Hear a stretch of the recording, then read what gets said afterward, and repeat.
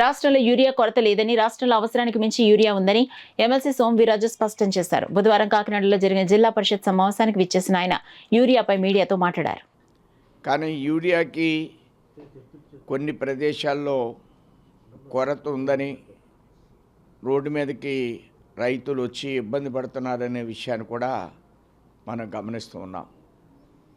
కానీ యూరియా అవసరమైన దానికి మించి జిల్లాలో స్టాక్ ఉన్న సందర్భంలో ఈ పరిస్థితి ఎందుకు ఉత్పన్నమవుతుంది? బ్లాక్ మార్కెట్ దారులు యూరియాను అప్పుడప్పుడు కూడా కొరతను సృష్టించే ప్రయత్నం చేస్తారు. దాని కింద అధికారులు తక్షణం రాబోయేటువంటి రోజుల్లో మన జిల్లాలో నిల్వలు రైతులకి అవసరం మేరకు ఉన్న సందర్భంలో ఎక్కడైనా బ్లాక్ మార్కెట్ జరిగితే దానికి ప్రభుత్వ అధికారులే బాధ్యత వహించాలని నేను కోరుతున్నాను. యూరియా విషయమే కాదు, ఇప్పుడు జరిగిన జిల్లా పరిషత్ విషయాల్లో సంబంధించిన చర్చల విషయాల్లో ఏదైతే డ్వామాకు సంబంధించి బిల్లులు అన్నీ కూడా ఆగస్టు వరకు బిల్లులు పేమెంట్ చేయడం జరిగింది. సెప్టెంబరు 1 పెండింగ్ ఉంది కూలీలకి, ఉపాధి హామీ కూలీలకి.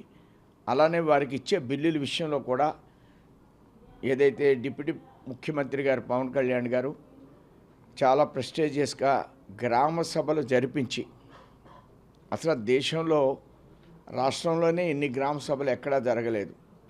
ఏదైతే డ్వామాకి సంబంధించినటువంటి ఉపాధి హామీకి సంబంధించిన వర్క్లు చేస్తున్న సందర్భంలో అన్ని గ్రామ సభలు జరిపించి దాని ద్వారా తీర్మానాలు తీసుకుని వాటి ద్వారానే ఈ వర్క్స్ అన్నీ కూడా గ్రౌండ్ అవ్వడం జరిగింది.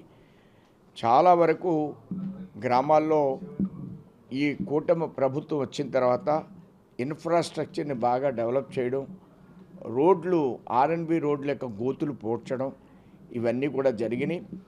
గత ప్రభుత్వం కంటే భిన్నంగా ఈ ప్రభుత్వంలో అభివృద్ధి జరుగుతుందనే విషయాన్ని నేను స్పష్టంగా మీ ద్వారా తెలియజేస్తున్నాను.